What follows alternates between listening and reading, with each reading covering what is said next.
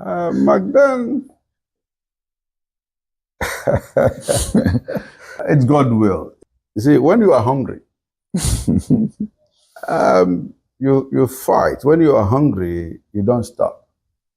I didn't take this path because this is what I wanted to do or to be.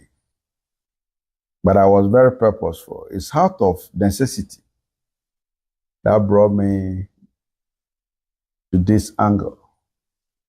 So I saw a world. As they said, necessity is the mother of all inventions. Exactly, out of necessity. And I saw a lot of opportunities around, and these opportunities you need to take some risk.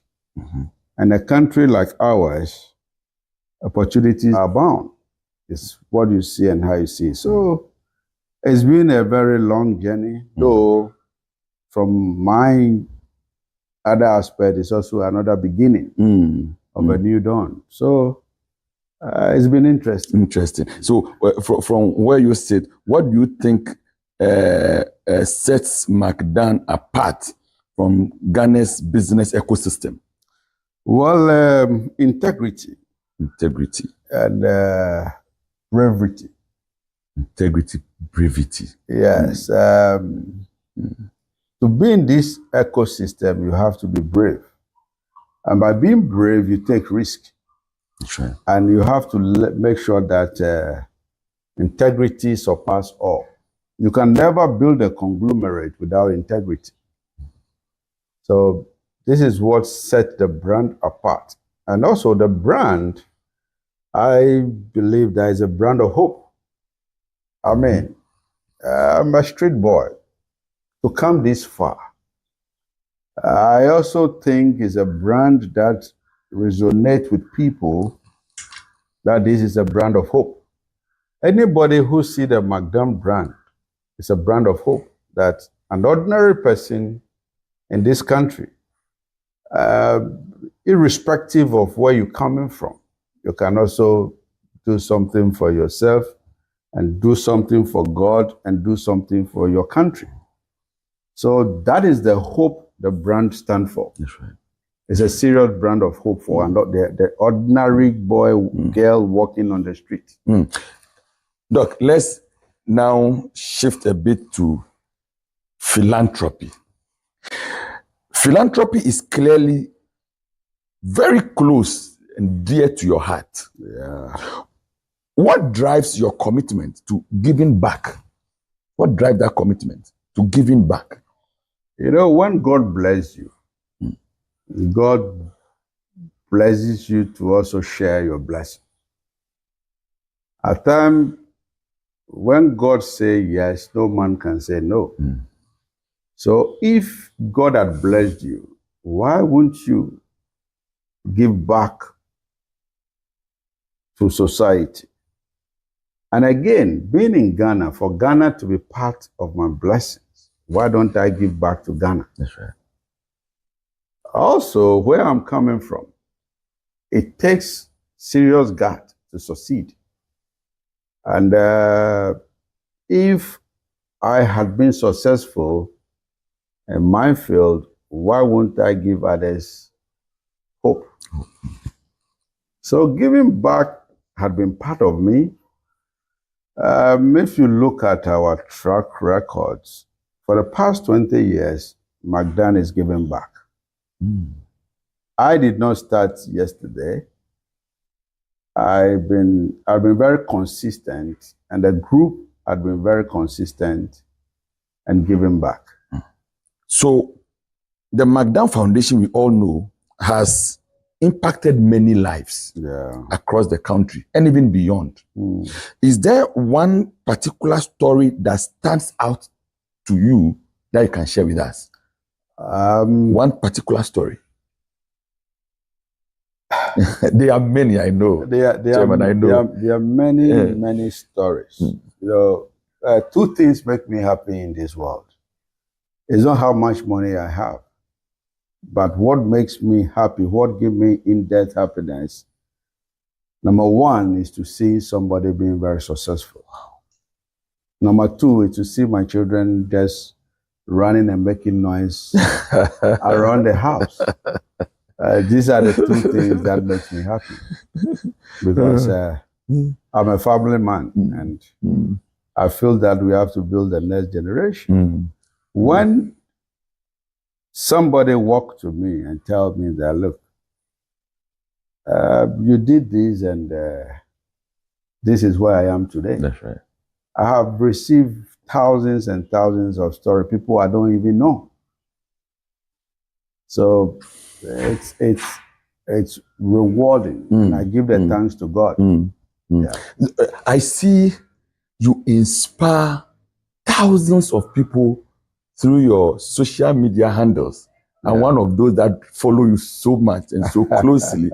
How do you manage your very busy business schedules with philanthropy work, the McDown Foundation activities, and even going out there to still inspire others? How are you able to manage all of these at the same time? Everybody asks me that. The most valuable thing for me is my time.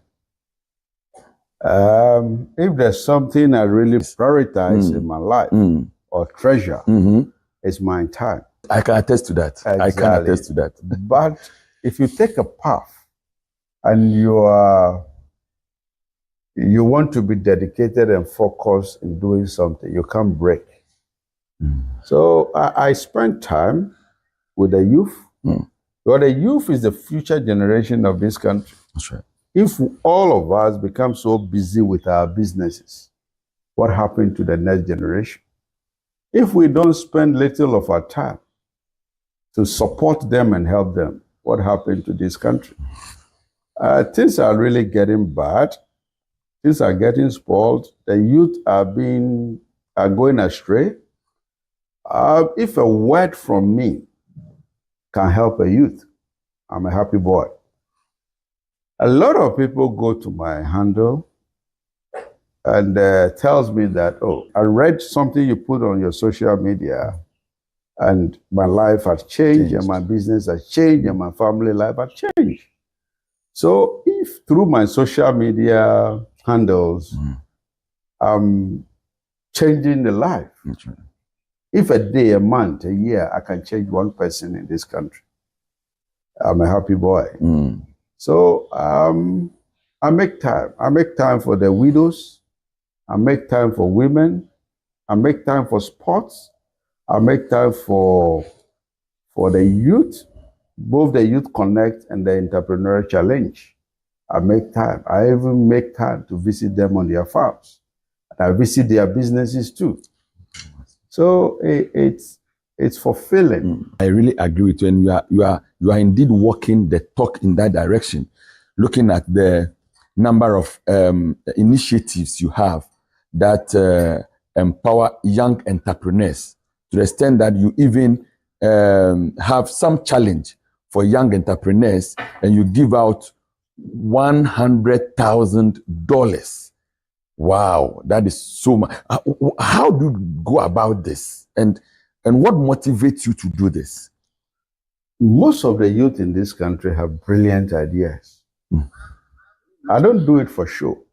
I do it for impact. Anything you see McDown doing is all about impact. If it's for show, I'm not interested. Anywhere you think I have touched is impact. Anything that touches people's life, that they come back to give testimony, that is the real impact. So it's not the money, but it's the people. I'm a people person. You look at some of the youth in this country. Some don't need money. All they need is mentorship. Some don't need money. All they need is a hand up. Some also have gotten to a level when they need some capital injection. It's not much. But if you are able to help one business person, young business, to also employ 10, 20 people, invariably you are helping over 2,000 people. And many families. And many families. That is the impact I am looking at. If I pick an ordinary youth and I'm able to inject small money into his business. That's right. That is very impactful. Yes. We need to be very careful how we look at these small businesses. Some of them can really grow to be bigger than me. And every time I meet them, I tell them that I'll give you a shoulder. Immediately you stand on my shoulder, you become taller than me. Mm-hmm. That is all about life. That's right. I want to see people bigger than myself. Mm-hmm. I always tell my children, if I am more successful than you, then I'm a failure. I cannot be more successful than my child. Interesting. My child's supposed to be more successful than me. The next generation coming behind me or us supposed to be more successful than us. The mistake that we are making, they shouldn't make those mistakes. I saw some projects in the north, and I followed that also as well. A dilapidated school building.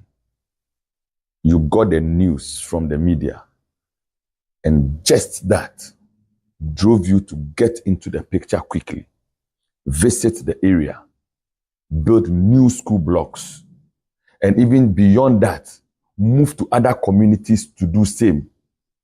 Are all of these grounded on the passion you have in making humanity better, or something else motivates you to do this? Just imagine. Yes. I'm sitting in my home. My children are playing video games. Whilst you see a picture of children in the north writing on the floor without even a learning board, without a chair, without a concrete floor. How you can only be human to appreciate what God had done for you. It touched my heart. I drove there straight. Mm-hmm. And as I'm talking to you, we have built one of the biggest basic schools over there. Both now the primary and the JSS are in it. And we have built actually 10 schools in the north. Only the north, we built 10 schools. It has really impacted positively on our teaching and learning process. We have nice classrooms, 6 classrooms with chairs. We feel comfortable when we are learning. Nothing distracts us from learning. We are comfortable enough to write our BEC. In 2021, the school was ranked 3rd in terms of the BECE performance as a result of this particular building. In the past, we used to have as much as 60 to 90 students in a particular class. But when this edifice was put up, the number shot down to the required minimum level. At most, we can have 50 in a class. So this has made the teachers to give exercises, mark homeworks, and then attend to individual students with their needs. And positively, it has impacted us, and that is why we are performing beyond the expectation of even the municipality. At the beginning of this particular academic year, I had as much as 8 teachers calling on me that they are willing to come because we had a shortfall in the supply of teachers in the school. We would like to say thank you to Magdan for coming to the aid of Rhema International Junior High School pupils, teachers, and then the entire community of Yendi. The joy that he has put on our faces, we pray that the Almighty God should continue to empower him in his business so that he will do more for Yendi and the entire Dagbon. On behalf of His Royal Majesty Yana Abukari II and the entire people of Dagbon, I thank His Royal Highness Nabaprogbana alias Magdan for the good initiative that he has taken to come down to Dagbon to support our chiefs and the people at large. We have been suffering in the old block.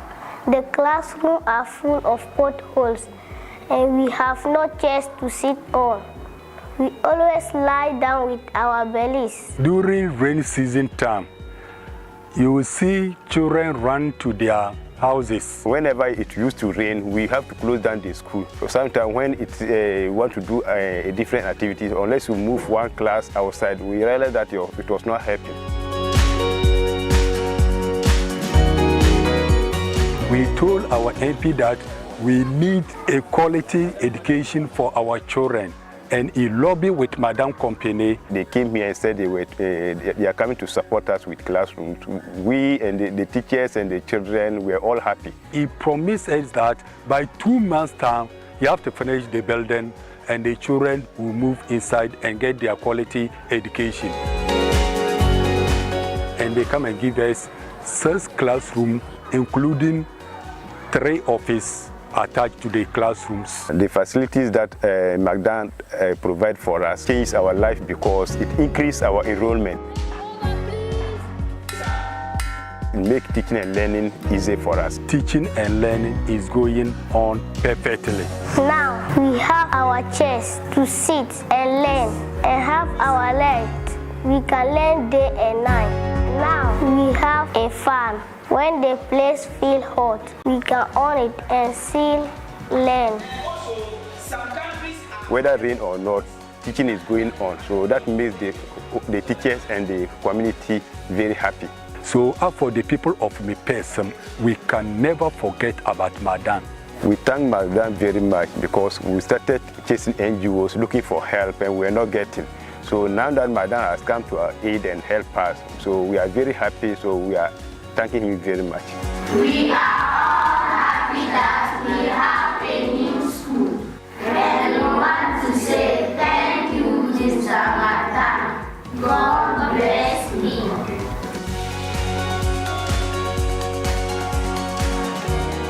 The MACDAN Foundation has extended its support by providing over 500 scholarships to exceptional students in tertiary institutions who demonstrate both brilliance and financial need. In commemoration of his 50th birthday, Dr. Macaulay adopted 50 children ranging between the ages of 7 and 19 to sponsor their education from basic level up to the tertiary level. When your fees is being paid, you have no any pressure on you, no problem. And sometimes you get to be able to sit and think better and think far ahead of something good. Yeah, because you have the total peace of mind that is needed as a student. I'm a believer of education. I've built 10 schools in the north. Imagine every school is educating 1,000 children. That's right. 10 years, 20 years to come. What will be the impact of the schools I'm building? That's right. This is what I call impact. Anything attached must be impactful. Volunteers TV show, inspiring change through action. There's a project you do, I think it's annually, feeding the widows, supporting the less privileged in the various communities. I remember the last one you did, you fed over 7,000 widows. Yeah. Doc, this is amazing. I know this money could get you a G-Wagon. two G-Wagons. Two G-Wagons.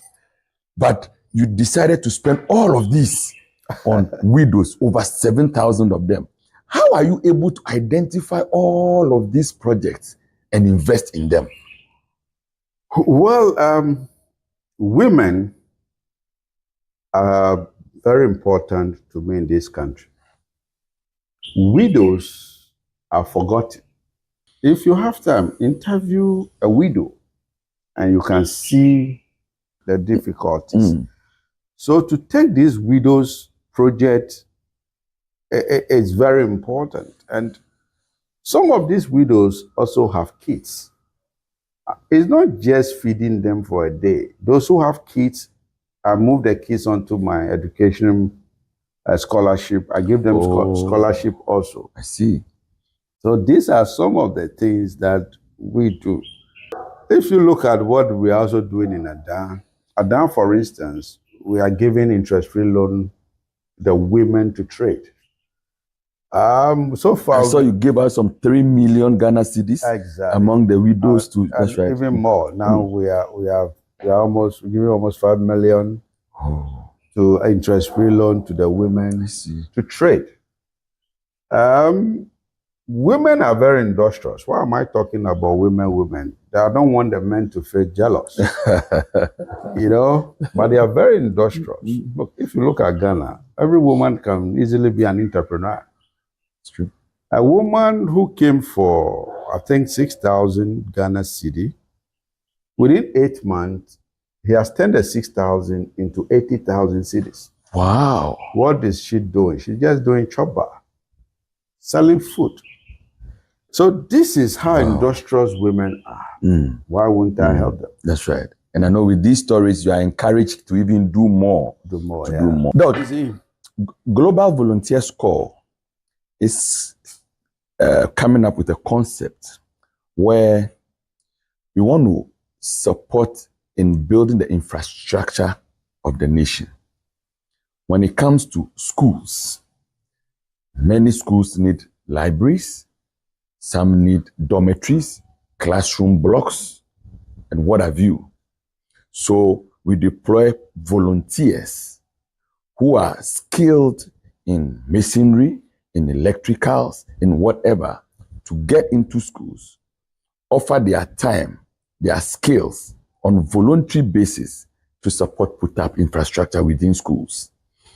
We also want to move into road constructions. We have a number of our technical graduates. Currently, some are home, some are on vacations, some have completed, they've not yet gotten jobs, and all of that. Instead of just following around without doing anything, we want to channel those efforts into building roads, those that have the skills in doing so. We want also to channel some of our volunteers who are skilled in tailoring, in dressmaking, whatever, channel some of these energies into things that will equip others also in the various vocational skills. So bottom line, we want to say that instead of just wallowing around as a young person, not doing anything, volunteer in doing something more beneficial. And as you do that, 1, you are sharpening your skills. 2, you are building your network. 3, making your time more profitable instead of just walking about. What is your view about these actions that Global Volunteer Score intends to undertake in the country? Well, it's a very good initiative, and it's good for the nation. Looking at the level of unemployment and looking at the lack of skills, and dealing with the youth, some of them, all they need is contacts. And I also believe that out of these, most of them will sharpen their skills, as you said. Most of them also will, it can transform their way of thinking. And this country, what we need, actually, we have to shift the mindset of the youth. And this is a very laudable initiative. We are getting to the end of our conversation, Doc. But I would like to know from you, volunteerism, we all agree, is very key to national development. I always say that the Germans built Germany. It is the British that are building the Great Britain. It will take the Israelis to build Israel. Who would build Ghana for Ghanaians? It will take Ghanaians themselves to build the Ghana that we all want. Doc, what are your motivational words for the young people of this nation and at large, the entire population, to have love for nation, to be patriotic, to be nationalistic, and to do everything possible to contribute towards making Ghana better? Well, I can say that Ghana is all that we have. That's right. We have only one country. We have to love our nation. We have to know that there's no other country that can make us more successful than Ghana. We also have to understand that whatever we do in this country, we should do it in a bit of a selfless way, We have to appreciate this country. We don't have to lose hope because we have only this country. So my words to the general, especially the youth, is that you can make it here. You can really, really, really love this country and be part of building of this country, no matter how hard it is. But you have to be brave. No feelings, no complaints, but be part and love your country. I will ask every young man to listen to the national anthem once more, word by word, and also read the pledge of this country and the national anthem of this country. These two things. I want the youth of this country, on their quiet moment, play the national anthem and play our pledge. That's right. That's right. What I'll give to them. And the words in it. The words in it. Lyrics in it. Will inspire them. They should think about it. To be the Ghanaians that they should be. Yeah. Wonderful. Wonderful. We are very grateful for making time with us on Volunteers TV show. We want to say a big aiko to you for the lives you are touching across this nation and beyond, for the impact you are making, the social impact, even the business impact you are making, the lives you are bringing up. There are many young people out there that follow you dearly on social media, and they always come out. The comments I know, when you post them, the comments alone tells how people are being inspired by those words that come from you. And you are an icon. You are one person that many young people in this country are looking up to. We thank you very much for making time with us. Most grateful.